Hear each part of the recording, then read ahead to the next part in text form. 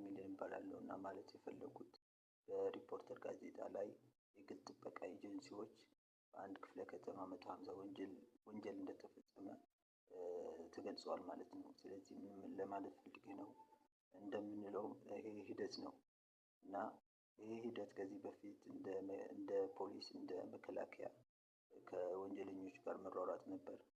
አሁን ግን ሂደቱ ያለው ራስን ህግን አክብረህ ስርዓትን አክብረህ የራስን ጥበቃ መሆን ነው ያለው ማለት ነው። ስለዚህ ለዛ ነው ሂደቱ እያሳወቅን ያለነው ወይም ሂደት ነው እያልን ያለነው። ስለዚህ እንደዚህ ነው ግል ጥበቃ ማለት ራስን ህግና ስርዓትን ማክበር ነው። ስለዚህ ማንም ደግሞ እንደ ሰው ራሱን መጠበቅና እንደ ሰው ህግና ስርዓት ማክበር ይችላል ብለን ነው የምናምነው። በዚህ ሁኔታ ነው ይሄ የግል ጥበቃ የምናሳውቅ ያለነው። ስለዚህ ለዚህ ነው አንድ ጥበቃ የሚባል ራሱ ህግና ስርዓት ሲያከብር ነው በራሱ። በዚህ ምክንያት ነው ሌላው እንዳልነው ይሄ ሂደቱ ቀርቷል። ይሄ ወንጀለኛን ማሰር ከወንጀለኛ ጋር መሯሯጥ አይነት ሂደት አይደለም አሁን ያለው። የቀረው ወይም ያልነበረ ነገር ሊሆን ይችላል። ስለዚህ እንደዚህ 150 ወንጀል አይነት ተፈጽሟል ሲባል እኛ ይሄ የማናምንበት ጉዳይ ነው።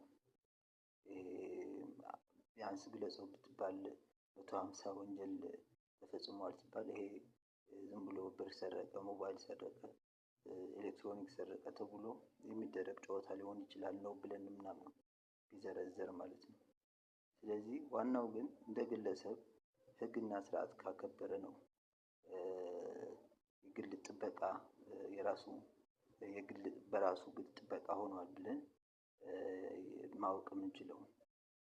ስለዚህ እንደዛ ነው ይሄ ፖሊስም ቢሆን መከላከያም ቢሆን መንግስትም ቢሆን ህዝብም ቢሆን ህግና ስርዓት ካወቀ ነው አይደለ እንዴ ሲጀመር?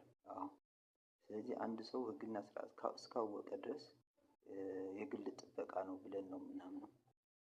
ስለዚህ እንደ ኤጀንሲም ማለት ነው።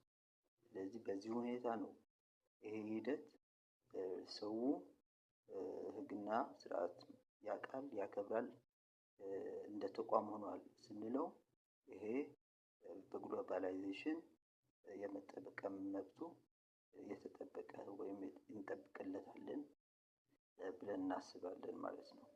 አዎ ስለዚህ እንደዚህ ቢታይ ጥሩ ነው ይመስለኛል። አመሰግናለሁ።